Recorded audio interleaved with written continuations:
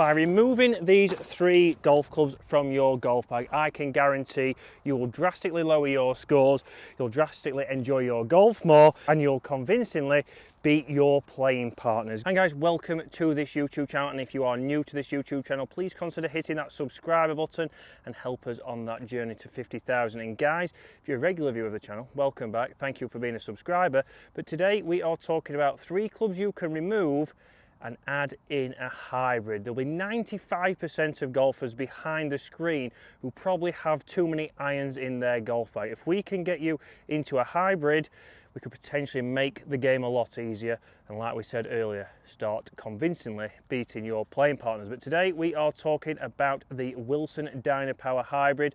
We have a 4 hybrid here, which could be perfect for you, and it could be going in my golf bag. Now, how many times I see people struggle off the tee potentially into par 3s because you're using maybe your 6 iron, your 5 iron, you don't get the launch, you might feel like you've struck it well, but it just doesn't get the ball flight that you need. But you can see having something like this in your golf bag could give you that high towering ball flight you need to get the ball landing softly and hitting more greens. We know from stats that if we hit 1 more green even, we are going to be bringing your scores down by 1 shot on average from strokes gained. After all, that is what we all want to do. We all want to lower our handicap, we all want to make the game easier, and this club right here could certainly do that for you. But why have I said 3 clubs? Let's talk about that. And as we walk down there, we will talk about that, because 3 clubs is for a reason. So mid-handicap Dave has got hybrids down to his 6 iron. So what I'm saying there is you could take out your 4, 5, 6 iron and start to save shots, because you're hitting hybrids that are a little bit more consistent. They're certainly a little bit more forgiving, and as a result, it's going to make the game that little bit easier. You could potentially, we know with some sets, you could go a full hybrid set. If you're struggling to get, well, if you're struggling with all your clubs going pretty much a similar distance after your pitching wedge, then hybrids could give you that option of getting a little bit more height, getting that dispersion front to back a little bit better, so we have a nice gap in, and just again help you lower your scores, because hybrids have been a thing that a lot of people are afraid of. They don't want to go to, they're potentially embarrassed to have those in your golf bag. But for me, in my latest fitting, I thought the 7 wood was the ultimate club for me, but it turned out a hybrid was more consistent and did go a long way, but was extremely versatile. So it's not just a shot that can hit it extremely high, you can also hit shots like this. And you'll see here I'm within reaching distance of this par 5. If I now go to my hybrid, again, a lot of you will be saying that, okay, well, this is just going to launch high. A hybrid is only designed for higher shots, but we can also play this down, and this is where obviously this club is extremely versatile. This is a little bit easier to flight than maybe a 7 wood. We've also got a shorter shaft than a 7 wood, so often when we get longer in the club, we often start to struggle with strike location. But you'll see here, if I put this ball position ever so slightly back in my stance, I can play that shot right there. Just up the left, that should carry the bunker, which it has.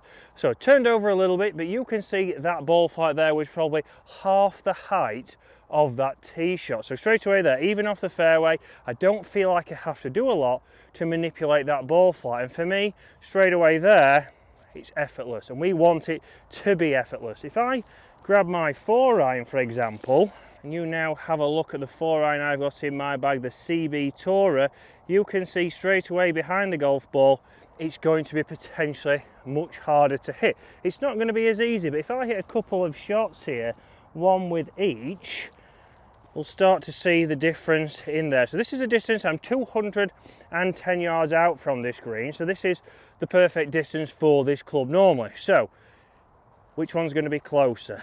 Place your bets down in the comments and let me know which one you're going for.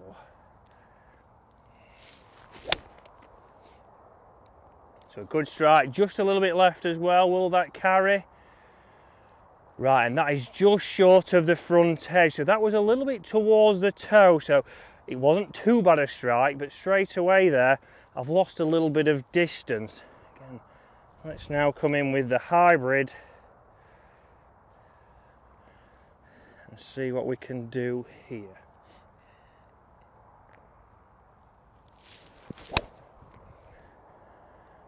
Starting up the right there, coming back ever so slightly, but that has got the distance. So you'll see there, that has just reached the green. So straight away there, similar ball flights, but much easier to control with this club right here. If I hit 2 more with each, again, I think we will have the consistency. Let's go 4-iron again. Not only with the ball flight, but also the distance.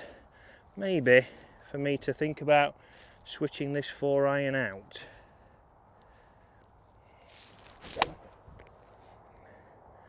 Again, they're a little bit clean on that strike, certainly harder to hit. Both of those front edge, not on the green, but a consistent ball flight there from that. Even one that was a little bit low on the face, yes, I have got a consistent flight, but if that's landing on the green, especially in the summer here, that might not stay on that green. Let's go one more now with this hybrid.